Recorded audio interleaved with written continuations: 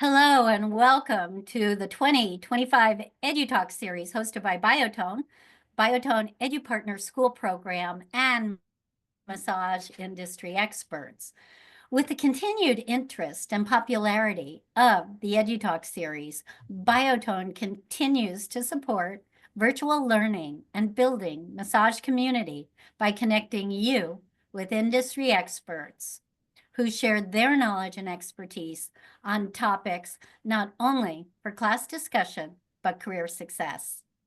Today's expert is Dr. Jared Cooper, or Dr. C as you may know him. He's a physical therapist, a massage therapist instructor, and a CE provider for over 25 years. He's the founder of Moment Physical Therapy and is a former clinical instructor for Rutgers, Seton Hall, and Western Carolina University. He's a recent presenter, and you may have seen him there at the 2024 AMTA National Convention. Let's listen and learn as Dr. C, or Jared, discusses the new science of myofascial release in this part one of a two-part series, EduTalk. You may search YouTube for myofascial release, and you'll see anything from skin rolling to deep tissue to fascial unwinding and more. Asking, what makes the technique myofascial? And can you really target fascia? Jared dispels the myths of myofascial release by sharing the most current, up-to-date myofascial science. Again, please have your sound muted, video off. Thank you for joining us, and please chat questions, which Jared will answer at the end of his presentation. And welcome, Dr. C, Jared. I know you have a lot to cover. Don't worry about the time. And I'll exit the screen. I'll come back on for the chat questions, and it's all yours. Thanks so much. Awesome. Thank you, Donnell. Thank you, Biotone. So let's take a moment. Everybody look down at the bottom of your Zoom window. Make sure you can find your chat. So if you can find your little button that says chat, click the chat button. The chat will pop up on the side of your screen there. And just go ahead and type into the chat what state you're coming in from. Where are you watching this from? I'm in North Carolina. We got Iowa, Connecticut, Ohio, California. Awesome. Making sure the chat features work. And that's where you're going to put your questions. So as I'm going through this whole thing, go ahead. What's up, Elijah? Rhonda, Michael, Irene in Chicago. All right, guys. Excellent. Oregon, Canada. What's up, Michelle? So what I want you guys to do is, as I'm going through this presentation, feel free to put your questions in the chat. I might pause at some point in time to field some chat questions. It depends upon how we're doing on time. And then I'll definitely have time for questions at the end. What's up, Maria from Oregon, and Wen from Pennsylvania? Awesome. Great to see you guys. I'm going to go ahead and share my screen here. All right, there we go. So today's presentation is on the new science of myofascial release. And I'm Dr. Jared Cooper. The handle on socials is Bodywork Dojo. So that's going to be on YouTube, Facebook, and Instagram. You can search me up. And if you want to send me an email, that's my email right there. It's also on my name. If you look at my name on my Zoom window, you'll see at Bodywork Dojo there as well. So I am a native New Yorker. So I'm going to try to give it to you straight. I got my bachelor's from Cornell University and my doctorate in physical therapy from USC. I opened the first holistic fitness center in New York City many, many years ago, and then ran a place called Moment Physical Therapy in Jersey for 10 years. Sold it and then moved out to North Carolina. Been a clinical instructor for a bunch of places. And I currently teach at the Center for Massage and Natural Health here in Asheville, North Carolina. I'm a approved continuing education provider for over 25 years, teaching massage therapists, physical therapists, and personal trainers. I spoke last year at the AMTA National Conference, and I currently run a company called Bodywork Dojo, and I've been doing this for a little while. So that's who's talking to you tonight. I'm super excited to be here with y'all. So let's talk about myofascial release. So the actual term was coined in the 1960s by an osteopath named Robert Ward. That's where the term came from. and it was popularized by John Barnes, who most of you know the name of. Today, myofascial release is used to describe just about any technique. And the reason you can almost use this to describe anything is because if you look at the name, myo means muscle, fascia means connective tissue, and release means to let go. So all the name of the technique is really saying is that we're dealing with muscle, fascia, and we're trying to get it to release. When you think about that, that's not really telling you very much about what the technique is. Unlike something like pin and stretch or strain counter strain, which tells you exactly what you're doing. For a pin and stretch technique, you put the tissue in a shortened position, you pin it, and you elongate it. For strain counter strain, you're putting the tissue in a slack position to turn down the stretch reflex and things like this. But myofascial release doesn't really tell you what you're doing. And so what's happened is over time, myofascial release has started to basically be what everybody calls everything, which kind of gets to the point where it almost doesn't mean anything. And so we have to sort of go back to the drawing board and define what we mean when we say myofascial release and what are we actually trying to do. So the best definition that we can do right now is not a definition of what it is. We can give you a definition of what it does. So myofascial release, we can say, is a bodywork modality designed to improve the glide and extensibility of stiff, short, adhesed, or disorganized myofascia. And I'll talk a little bit about stiffness and shortness. Hopefully we'll get to that today. If not, we'll talk about it in part 2. Let me read this again. A bodywork modality designed to improve the glide and extensibility of stiff, short, adhesed, or disorganized myofascia. You can see how many things can now be called myofascial release with this definition. So we've got to hone this in and get more specific. So why do we apply myofascial release? Well, one of the most common reasons we might apply a technique like this is our clients are coming in saying that they feel tight. Something feels tight. But what does tight really mean? Just think about that for a second. If you want, you can throw it into the chat real quick. I got it pulled up here. What does tight mean? Like if a client says something is tight, what could be going on? So go ahead and throw it in the chat. So something is tight. They say, oh, my shoulder feels tight, my neck feels tight, my hip feels tight. Like, does that mean anything scientifically, or is that just like a subjective complaint that the client is giving us? So Elijah says restricted tissue. Okay, so it's talking about the state of the tissue. Less than normal stretch. Yep, that's another possible thing that they mean.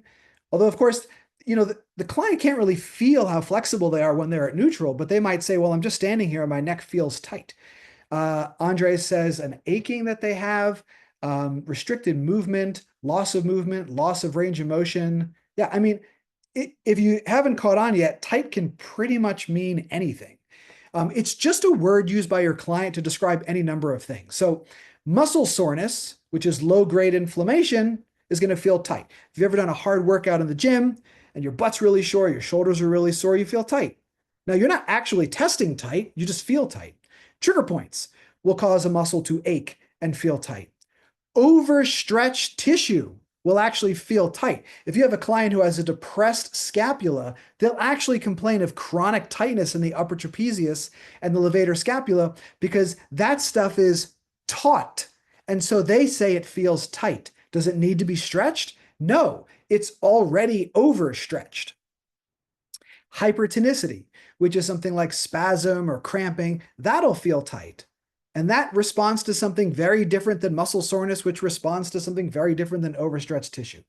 So the reality is unfortunately, tight doesn't really mean anything, and it doesn't mean the person needs myofascial release. So what needs myofascial release is stiff, short, adhesed, or disorganized tissue. And that may or may not feel tight to somebody. Somebody can have a short latissimus dorsi and it doesn't feel tight at all. They can have adhesions in a muscle that they don't typically stretch and they don't know that they're there. And so it comes down to assessing. Now, today's presentation is not about assessing, but we don't want to assume that just because something is tight means it needs myofascial release. So if we're going to talk about what is myofascial release, let's kind of start out by talking about what is not myofascial release. So when you Google pictures of myofascial release, you get a lot of things that look like this, these crosshand techniques. And this is sort of like the quintessential myofascial release technique. And I'm going to sort of make a case that none of the techniques you see on the screen actually influence the myofascia at all. And we'll see why in a second. To do that, we have to take a look at the fascial layers. So what we're looking at here is from the skin down, so that's hair, obviously. And this upper layer here is the superficial fascia, otherwise known as the dermal fascia. And the dermal fascia is going to include the epidermis and the dermis, which are the top two layers.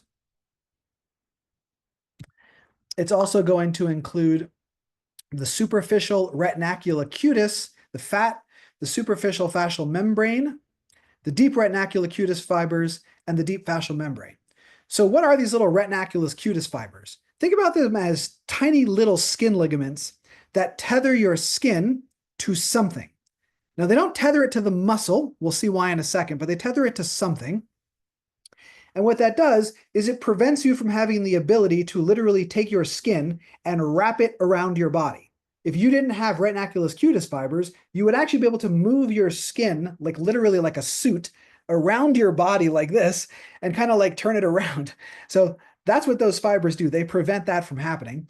And you'll notice that embedded into the superficial fascia are blood vessels and nerves, which is super important, and we'll see that a little bit later.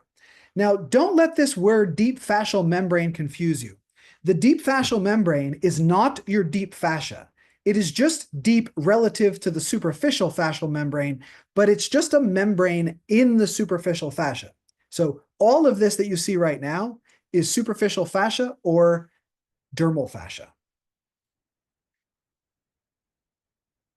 Now, underneath all of this, we would say is the deep fascia, also called the intramuscular fascia, or if you haven't guessed it already, the myofascia. The word myo means muscle. So if we're going to say the word myofascia, we mean everything in this bottom half, not the stuff in the top half. That's not myofascial, that's dermal fascial. And in the deep intramuscular layer, we have first the epimysium and then the beginnings of the muscle, and we'll take a look at that in a little bit. Now, here's the deep fascia. So you notice that all muscles contain the epimysium, which surrounds them, the paramysium and the endomysium.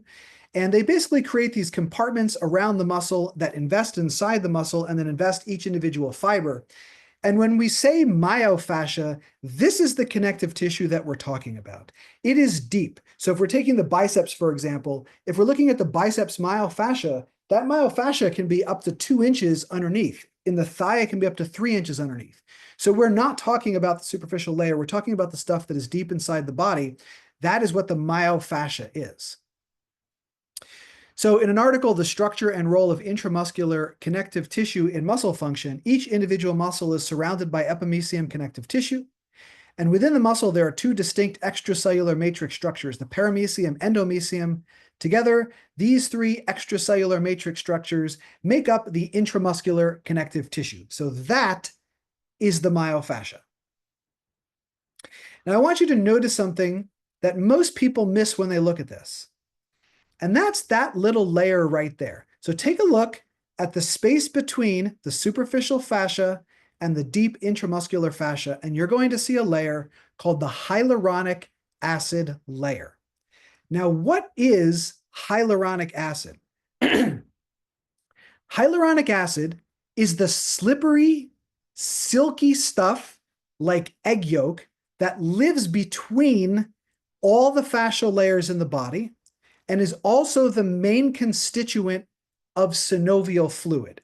In other words, it is a super, super slippery substance, and it is designed to reduce friction and load transfer so that the 2 surfaces can glide freely on one another without generating friction. Because what happens if you generate friction? Just think about that. If you generate friction on your skin or on a tire on the pavement, what happens when things have friction? They get hot. And if they get hot, you are going to eventually get wasted energy through all of this friction that you have, and you are going to potentially start to damage the tissue.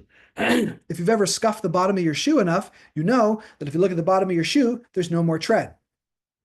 So the function of this hyaluronic acid layer is to facilitate gliding. And in this layer is where a lot of the fasciocytes or the cells live. And it's because of the hyaluronic acid layer between the superficial fascia and the intramuscular or myofascia that skin does not transmit force to the muscle, and muscle does not transmit force to the skin.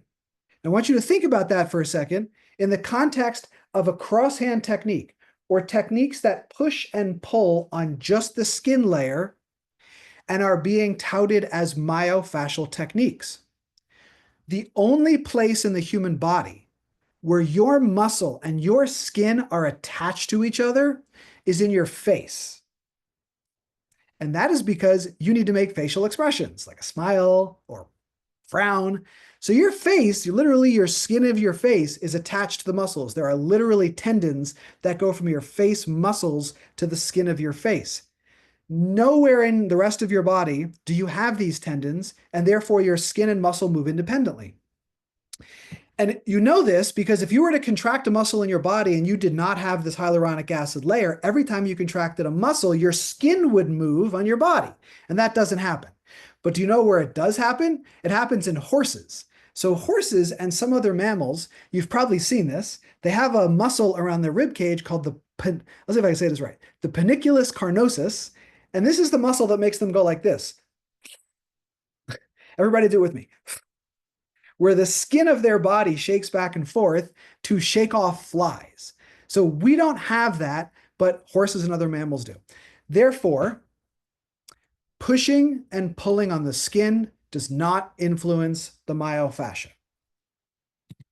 And this is not just my opinion. So there was a study done called differential displacement of soft tissue layers from manual therapy loading. And I'm going to explain to you how this study was done. So basically, you can imagine as though you have a participant lying down and you have a therapist place the hand on the upper back, as you can see in the picture on your right, and they push the skin. So they load the skin like this, as far as the skin will go. And that machine that you see right above them is an ultrasound transducer, which can measure and view the depth. So that's what it looks like there. So there's the ultrasound transducer there, and it's right over the erector muscles. And it can image up to, I believe it was 4 centimeters deep into the tissue. So that's all the way down to the deep muscular layer.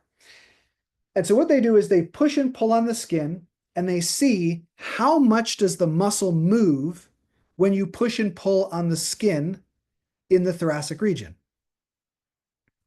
And here's what they found.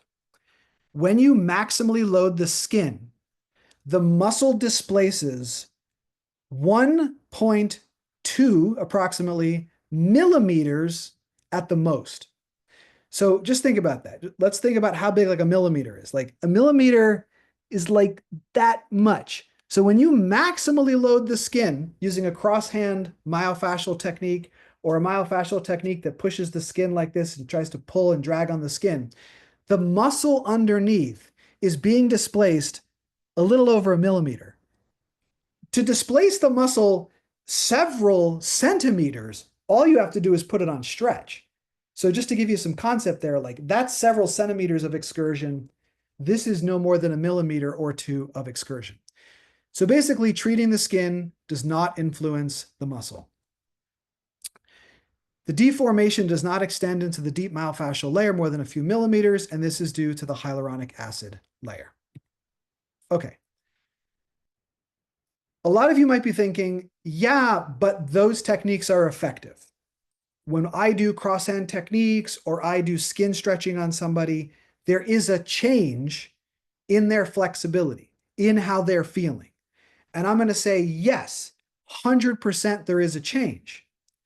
But that change, according to the research, is not due to deformation of the myofascia. So what accounts for the benefit of stretching the dermal layer in the presence of tissue restriction? To do that, we have to remember what's in that layer. And what's in that layer is a ton of proprioceptors. I don't know if you remember learning about the Merkel discs and the Meissner corpuscles and the Ruffini endings and the Pacini corpuscles. These are all mechanoreceptors that live in the dermal fascia. Now ask the question, how does the brain know something feels tight? How does the brain know? It knows because these receptors are telling it that something is tight. So when you apply proprioceptive input to the skin or anything, and you affect how those proprioceptors are receiving stretch, and remember, the dermal layer is loaded with proprioceptors, you are going to change the brain's interpretation of the feeling of stretch. So dermal fascial release, so pushing and pulling on the skin, affects the neural input from what are called the cutaneous afferents, the proprioceptors in the skin. And this leads to two things. One is downregulation of something called the gamma motor gain, which is essentially muscle tone. And two is cortical plastic changes, basically changes in the brain. And I just put one article up there, but there's a number of articles that show that a lot of these changes that we see with pushing and pulling on proprioceptors are neural changes, not mechanical changes. And that's super important as a distinction.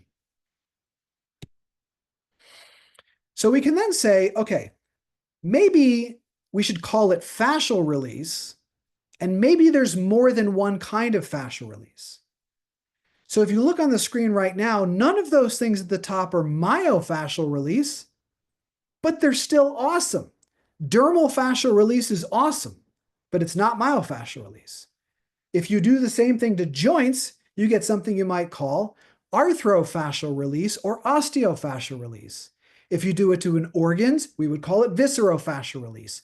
Blood vessels would be vasculofascial release, and nerves are neurofascial release, because every one of these tissues has its own investing fascia. And you can apply fascial release to any one of those layers. So how do we apply it to the muscle to really make it myofascial?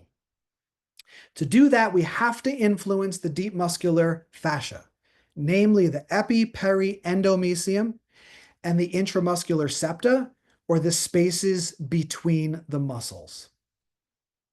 Okay, so the question is, what does influence that layer? And to answer this question, we need to go on a bit of a journey into the tissue. But I'm going to grab a glass of water first, let you process what we just did, and give you a chance to put any questions into the chat now.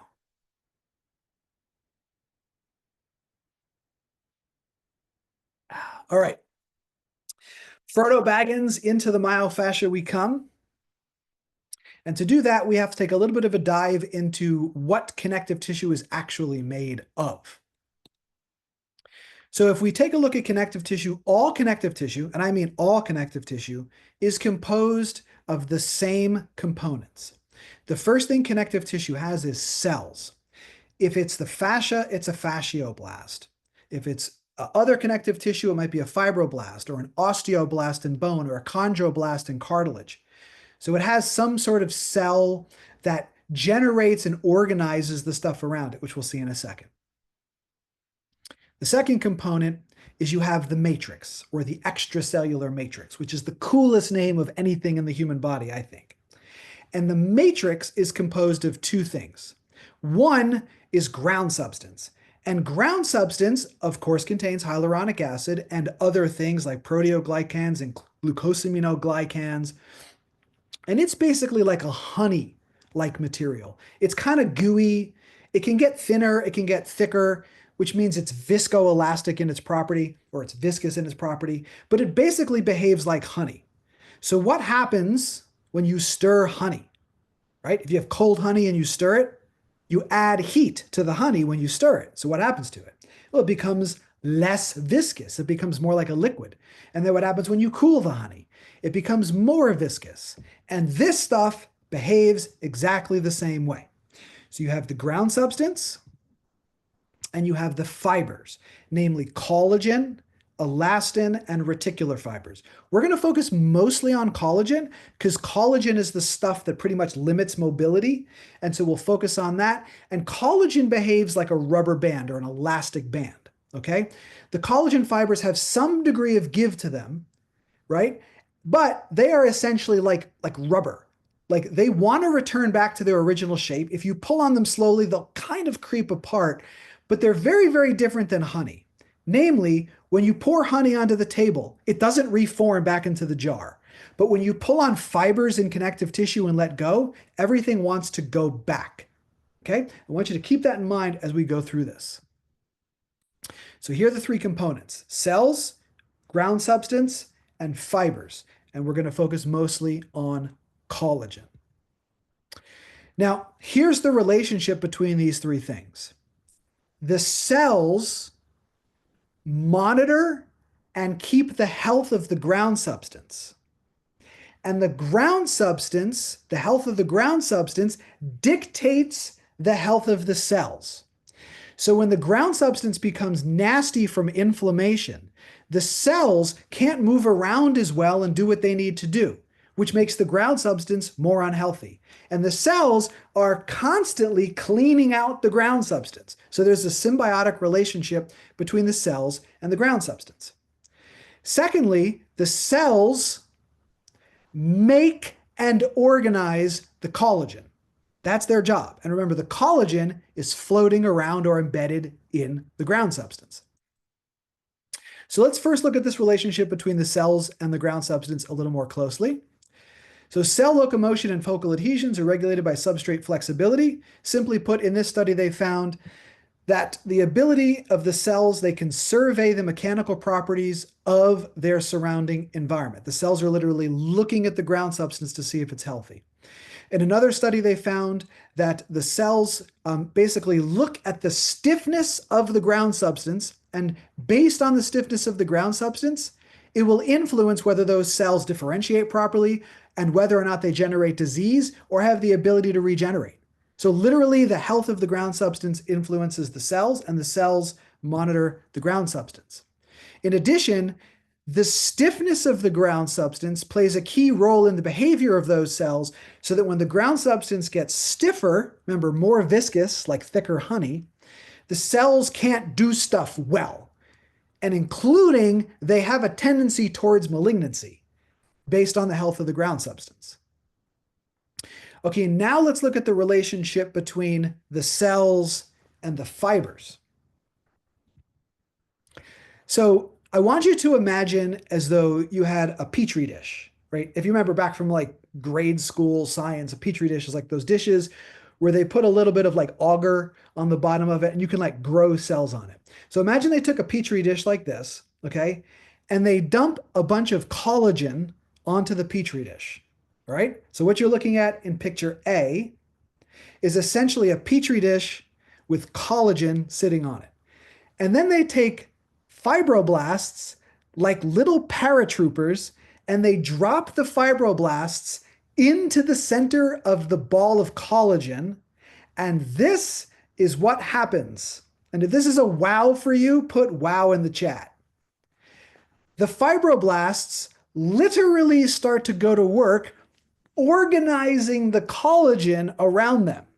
Like literally they are programmed anytime they see collagen to start to like straighten it out and put it into some sort of like organizational matrix. So literally the fibroblasts are born to organize collagen, right?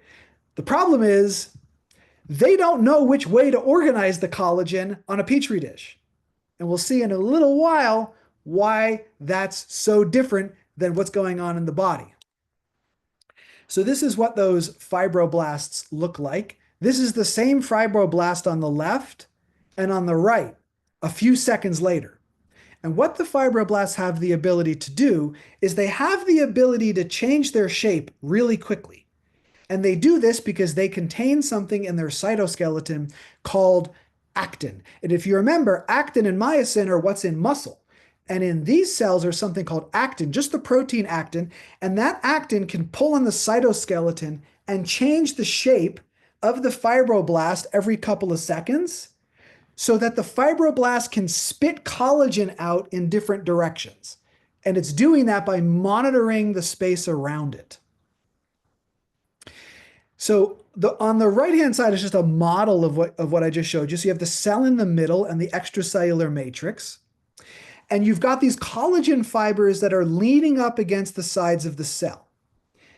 And the cell can sense the pull and the push from those collagen fibers, because on the surface of the cell are these little proteins called connexins that attach the collagen outside the cell to the cytoskeleton inside the cell, which then attaches to the nucleus of the cell. And so as you push and pull, on the collagen matrix of human tissue, every cell you are pushing and pulling on is feeling the push and pull through the collagen matrix onto the surface of the cell, and the cell is sensing the direction of the pull and the push. This is referred to as mechanotransduction. Force imparted to the surface of the body is transmitted to the cellular level and affects the behavior of the cells. In other words, as a very well-known chiropractor used to say, force is the language of the cells. The cells speak force.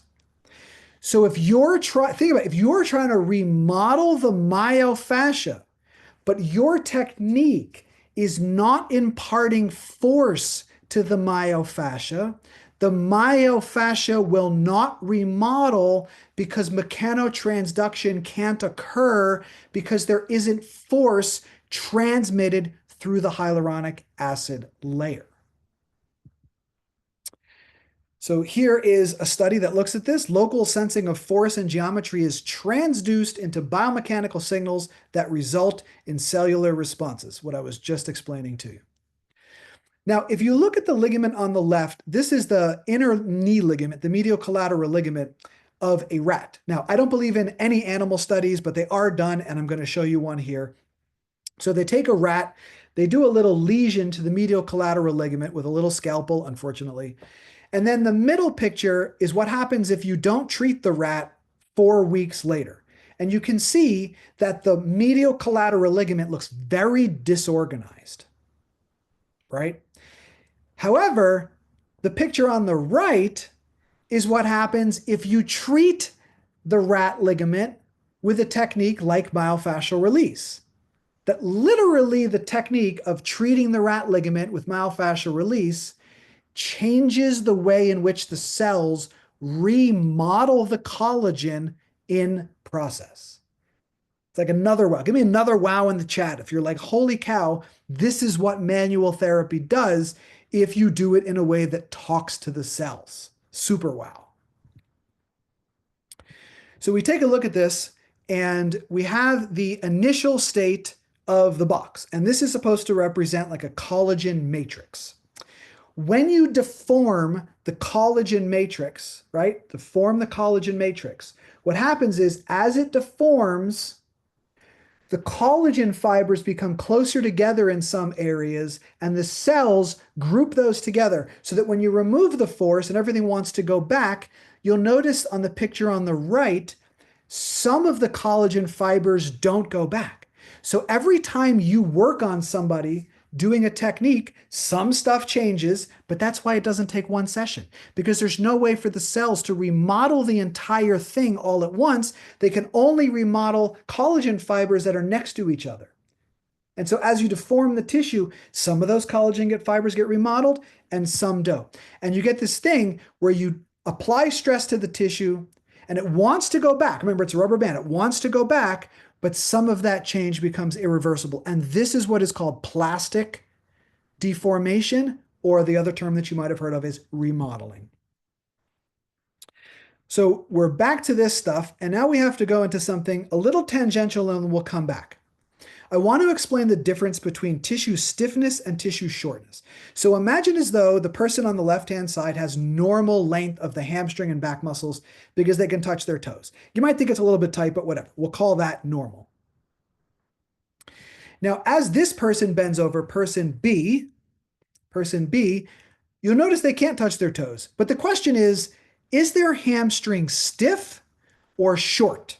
Because those are two different things and they require two different treatments. So what is stiffness? Stiffness is a property of the ground substance.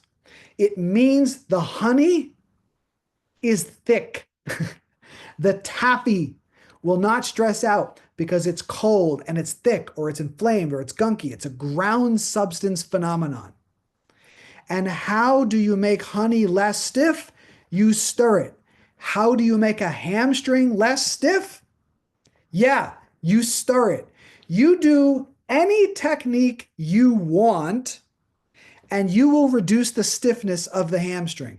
You can effleurage it, you can petrissage it, you can tapotement it, you can just rub your elbow on it, you could shake it with vibration. It doesn't matter. If you apply something to that hamstring to increase the tissue temperature, you will get a thixotropic effect, and that honey will become less stiff. And the person's forward bend will increase in session. And they will say, "Oh my God, what did you do? That was amazing." The only problem is what happens when the honey cools back off? What happens when they get in their car and drive an hour to go back home, or they sit on the couch and watch a TV show and the honey cools back off? Yeah, it just goes back to its original state, and the gains are temporary. So just kneading tissue isn't myofascial release either, because what that's doing is stirring the ground substance, but it's not actually remodeling the tissue. Now, is reducing stiffness good? Yeah, because reducing stiffness improves the health of the cells. We talked about that relationship. The cells can organize, maintain, and remodel fibers better. But reducing stiffness does not, in and of itself, address shortness or adhesions or things that are not moving because the tissue will not allow it. This requires, hint, hint, myofascial release done a different way. So now let's take a closer look at shortness. Shortness is a function of the collagen. So if you think about stiffness as being a rubber band that's thicker and doesn't want to stretch, stiffness is a rubber band that's physically shorter. So it's like, imagine as though the buttons on my shirt, the distance between the buttons is shorter. Everything is short. It's literally shorter. So when somebody can't touch their toes because the tissue is short, the only way to improve that is to remodel the collagen. And the only way to remodel the collagen is to apply force to the right tissue that tells the cells to do the remodeling for you. Because the collagen doesn't remodel itself. You need to have the cells perform that mechanotransduction phenomenon, which means the myofascia, the epiperi, endomysium, and the septums need to experience an adequate amount of force or tension in order for this process to occur. So how do you do that? How do you get that force into the tissue? You can't push and pull on the skin alone. You can't just knead the tissue. That just really just softens the ground substance. So what is the technique? Whatever the technique is, needs to be specific. When you load muscle, what do you get? Bigger muscle, you get hypertrophy. When you load skin, what do you get? More skin, you get a callus. When you load bone, what do you get? More bone density. When you load fascia, what do you get? Remodeling.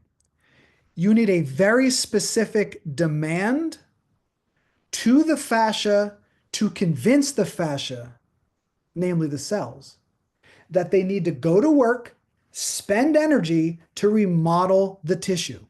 This is basically Davis's law. Describes how soft tissue, ligaments, tendons, fascia adapt to mechanical stress over time. And the law states that soft tissue models along lines of stress. You need to have stress deep into the connective tissue to reorganize the myofascia. The structure and alignment of the tissue will reorganize to better handle the force. In other words, survival. The body is going to spend energy because remodeling will handle the force, and it reduces your risk of injury out in the wild. The problem is the cells are programmed to organize, but they don't know which direction to organize the fibers. And if you remember back to the picture of that rat medial collateral ligament, the organization and direction of the fibers matters. If you have healing, but the healing is disorganized, you are not going to have strong tissue. In a tendon, a ligament, and fascial sheaths, everything must be in alignment like this in order to resist force. So myofascial release has to, using very specific techniques, target the deep muscle, the deep fascia, and apply stress to it that creates lasting change in the direction of stress that is necessary for that particular tissue. And that is myofascial release performed in a very specific way, which we will cover, teaser alert, in part 2 of this workshop on the 21st. We will be going deep into exactly what the technique is for myofascial release that does influence the deep myofascial system.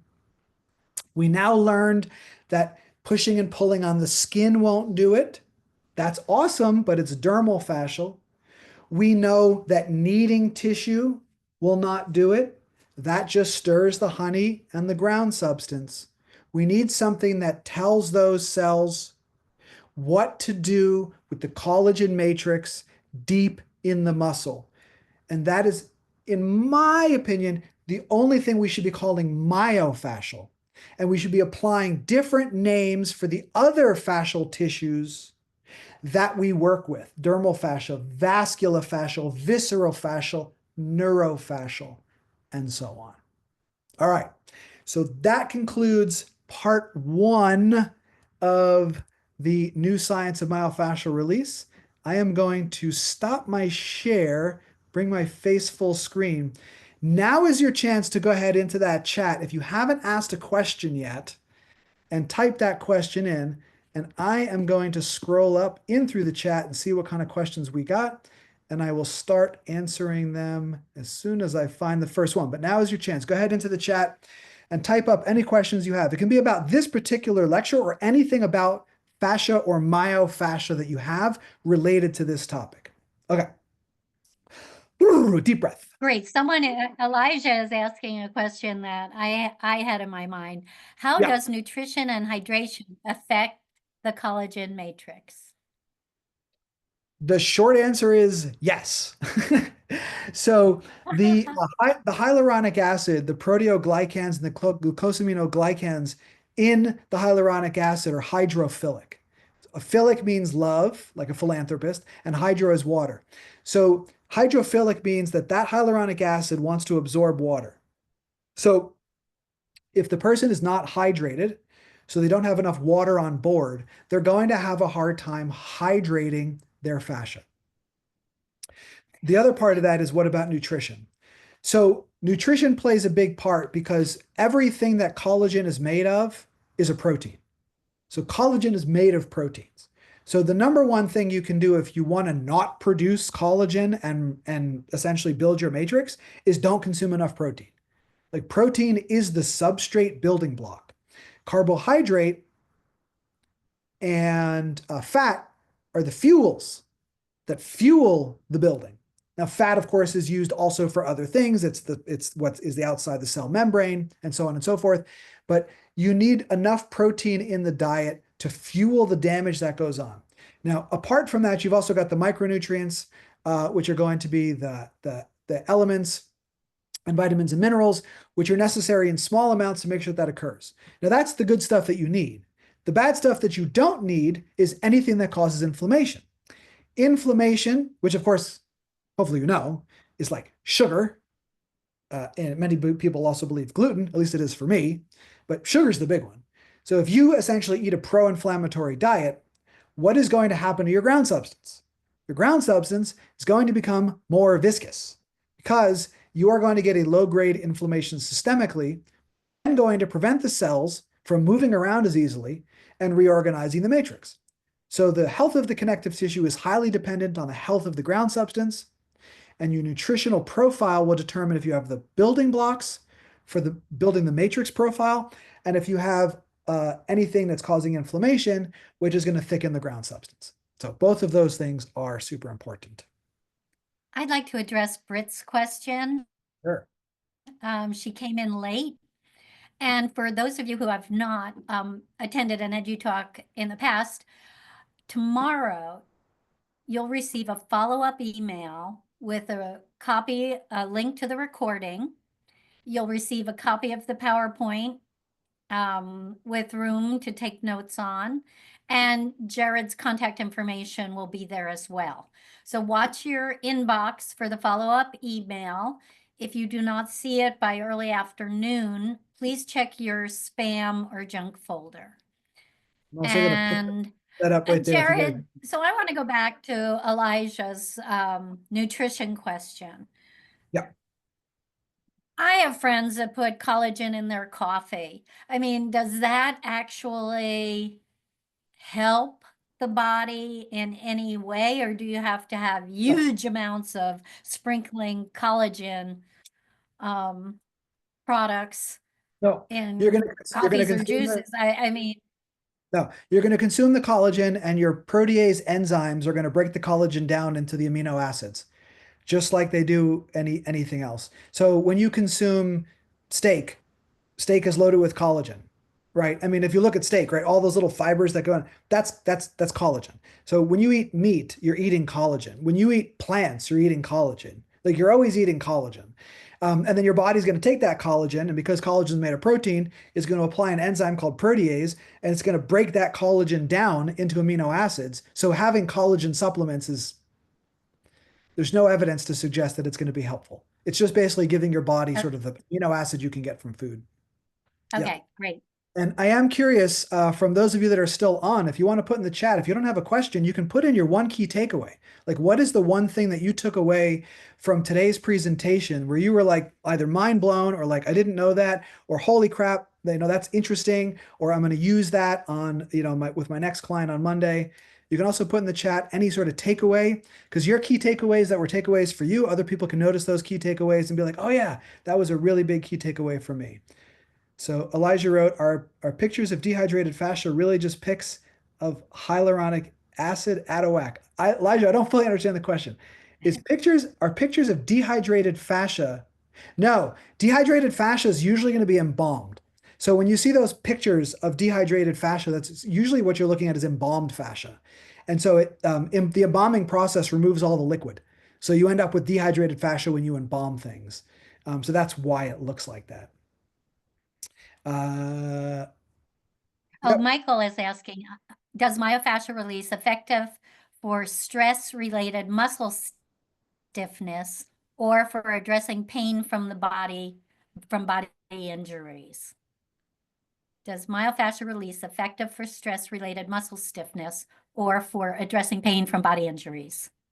Oh, okay. So stress-related muscle stiffness, I'm going to assume you mean physical stress and not emotional stress. And if you have a stress-related injury, what you're going to get is thickening of the ground substance. You don't need to do myofascial release to reduce the stiffness of the ground substance. Any technique will do it. You might as well just do Swedish. Myofascial release, in my understanding of it and the way that I teach it, is designed to remodel the fascial matrix. And that's not what's happening when you're sore after you stress a muscle like in a workout. In a workout, you're sore because your tissue is inflamed, and that's chemical. And all you need to do with chemistry is flush it out. You don't need to try to remodel it. You just flush it out. Now, stretching, of course, is good after a workout because there is tissue damage and you want that tissue to heal in a lengthened position, but that doesn't exactly require what it is that we were talking about today. Can you do myofascial release? Yes. Do you need to do it? No. You can just stir the ground substance and everything will be hunky-dory. All right. So All right, some of the takeaways, how to use info today. And Wendy, I always say it's about the cells. Thanks for the confirmation. I've been doing derma fascia release, not myofascia. And Wendy, what about taking hyaluronic acid supplements? What do they do for fascia? So it's questionable whether a hyaluronic acid supplement taken orally is going to do anything for fascia. However, you can do hyaluronic acid injections. So Synvisc, Orthovisc are hyaluronic acid injections, which orthopedists do into like an osteoarthritic knee. Now that does do something because you're getting the hyaluronic acid into the knee without the first pass effect, which means it doesn't go through the digestive tract. It just goes into the knee. So your body's not going to break it down, deconstruct it, and try to reassimilate it. It's literally going directly into the knee. So hyaluronic acid injections work, and they actually do them cosmetically too.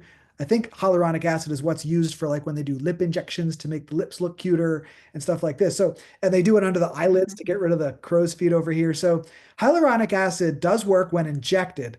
It's super questionable whether it does anything at all when you eat it, because as I said, when you eat things, your body uses a lot of enzymes and a lot of acid to break all those things down.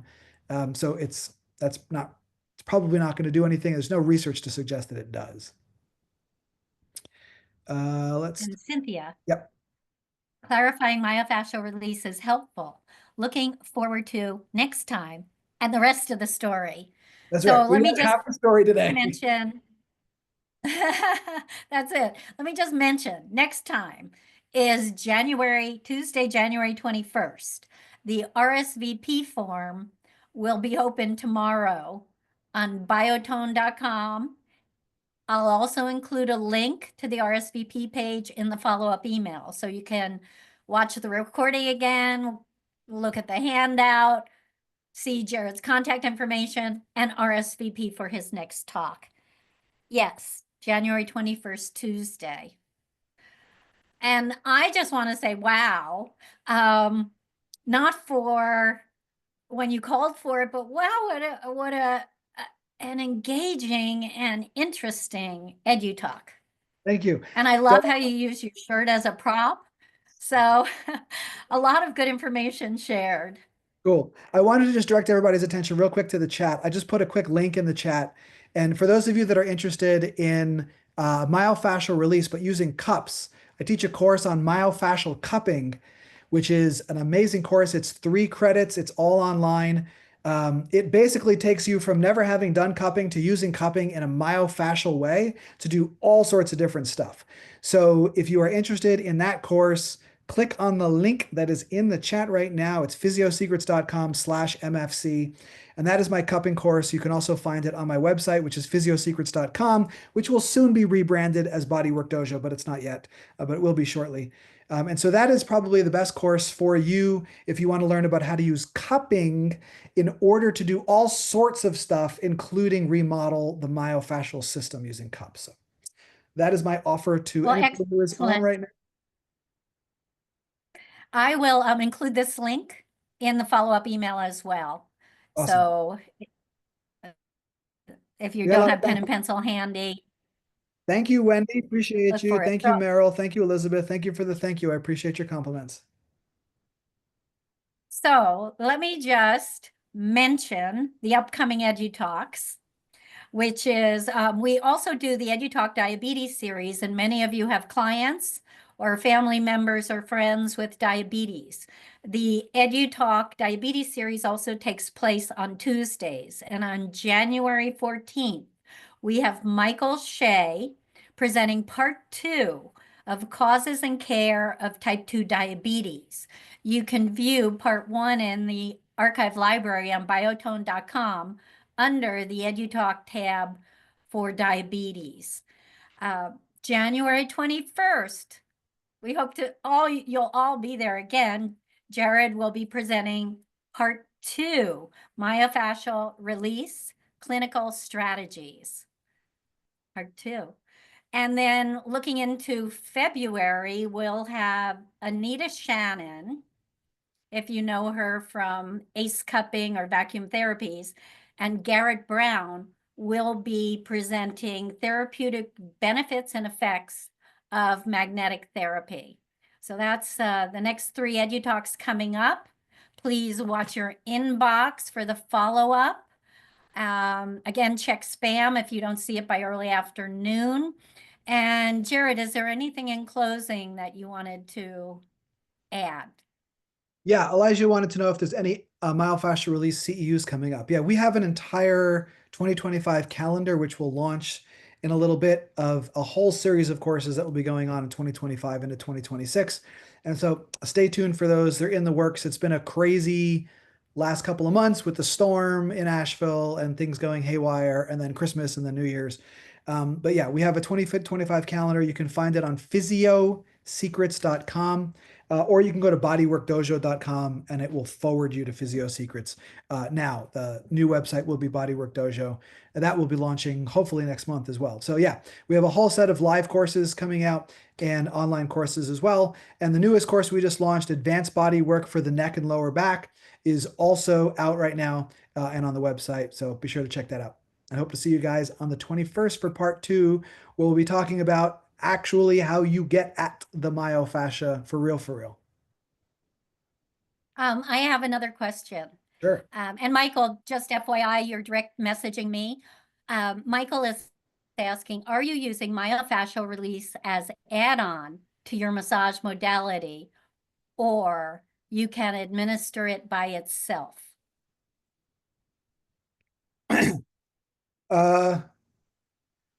The short answer to the question is yes, of course. You can administer just myofascial release, or you could do myofascial release as part of massage. But I think maybe the question leads me into a bigger answer, because it gives me an insight into maybe that you're making a distinction between massage and myofascial release. If you think about it for 1 second, just take the word massage and just kind of like nudge it to the side a little bit and replace it with the word body work, and then move it up like this and make it an umbrella. So body work is this umbrella term, which includes everything that anybody could be doing: myofascial stretching, myofascial cupping, gua sha. I mean, everything: trigger point work, myofascial release, arthrofascial release, everything. Just name it all, stick it under this thing called body work. And when I sell sessions, I don't sell massage sessions, I sell bodywork sessions. And in the bodywork session, I am going to select, or basically put together, whatever technique that person needs based on my assessment of that tissue. So I pull out my myofascial techniques when I determine that the myofascia is short, adhesed. Those are the two big reasons: short or adhesed. In other words, the tissue will not elongate. If the tissue is stiff, just stiff, I don't need to use myofascial release. I just throw some deep tissue in there. If there's trigger points, I pull out trigger point release. The thing is, there's no point in selling a myofascial release session or selling a trigger point session, because in reality, every muscle, every tissue in somebody's body needs something different. I might need myofascial release of my right subscapularis muscle in there. I might need trigger point release of my right pectoralis major. I might need deep tissue release of my upper trapezius. And if you just sold a session with a name on it, and now I walk into your office, you're only going to solve one of my problems. So I kind of think about it a little bit differently. I'm like, just sell one thing: sell body work and sell time. So a 60-minute, 90-minute, whatever. And it's just body work. And then while you're working on the person, you're figuring out, as you work on them, what it is that each tissue needs. And then when you get to something that needs myofascial, you apply myofascial. When you get to something that needs trigger point, you apply trigger point. When you get to stiffness, you apply a deep tissue technique. Just roll on it, mash it up. So everything needs something different. And if you kind of like enter a massage session thinking that there's this thing called massage and then there's a thing called myofascial release, like that like premise, that paradigm, you're already going to get lost. So push massage out, put myofascial release in with every other bodywork technique you can possibly imagine, and then understand that myofascial release has a specific goal. And that specific goal is remodeling of short or adhesed connective tissue. That's what it's for. In the muscle, in the myofascia. If the person has a neural problem, you're going to go to neural fascia. If the person has trigger point, you go to trigger point. And you move and blend as you're working on this person. Integrate's not quite the right word. It's more like you flow between these different modalities as you're doing your bodywork session based on what you find. So that's how I view it. It's not right, it's not wrong. It's just my perspective, and it's one I invite you to think about. Excellent. Bodywork makes more sense. Thanks for clarifying that for me. Great webinar. That's from Michael. Awesome. Thank you. Thank you, Michael. All right. Well, I'm glad there's a part two because we certainly didn't have enough time to cover everything. Uh, Cynthia saying, Dr. J, Dr. C, absolutely so true. Why we need to learn modalities. It's how I work. Absolutely, Cynthia. Like the longer you're in the game, the more you realize that these things that we call myofascial, trigger point, deep tissue, active isolated stretching, Schroth method, like the Rolfing, like all of these things, they're just brands. Myofascial release is a brand. I told you who invented it, and I told you who popularized it. Trigger point release is Janet Travell. It's a brand. These are brands. And a brand is a package of something bigger, right? That's what branding is. You take a whole thing and you're like, I'm going to take my cereal and I'm going to call it Kellogg's. I'm going to brand it. I'm going to sell it to you, but it's still cereal. So when you kind of like get out of the brand mindset and you're like, wait a minute, what does this do and how does it work? We call this a first principles approach. You actually start to understand body work in a very different way. And you start to understand that, wait a minute, I'm really just using these names, myofascial and trigger point, as placeholders because I don't have any other better word to stick there. But in reality, if I know what I'm trying to do, address stiffness or address length or address adhesions or address trigger points, now we pull out the right tool. It happens to have a name, but it's not helpful to think about it like I'm this kind of practitioner. Really, you're just naming brands like different brands in cereal. It's not good or it's not bad. It's just like it's limiting as an approach. So you go back to first principles and you're like, okay, what is this made of? Like if we were to reinvent myofascial release from scratch, what would it look like? Rather than, oh, so-and-so's teaching this, so-and-so's teaching this.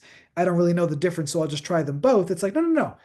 We know what we're trying to do. We know where this tissue is, and we know what the research tells us. So if we just follow that red thread, we'll end up with a technique that really does what it is that we want it to do. And the longer you're in the game, the more you're like, yeah, it's like, of course I have to blend it all together. How else would you do it? Because everybody's different, every muscle's different. And every client will love it. Yeah, they get better results because each one of their individual problems is being Exactly. addressed. Yeah. Well, we're wrapping it up for tonight. Thank you so much for joining us. Thank you, Jared, for this excellent presentation. Welcome. Looking forward to part two on Tuesday, the 21st. And again, RSVP is open tomorrow. Check your email and spam folder for the follow-up. And everyone be safe. Have a good evening. It's winter, so watch that weather out there. Okay, we'll see you next time. Thanks. Bye-bye.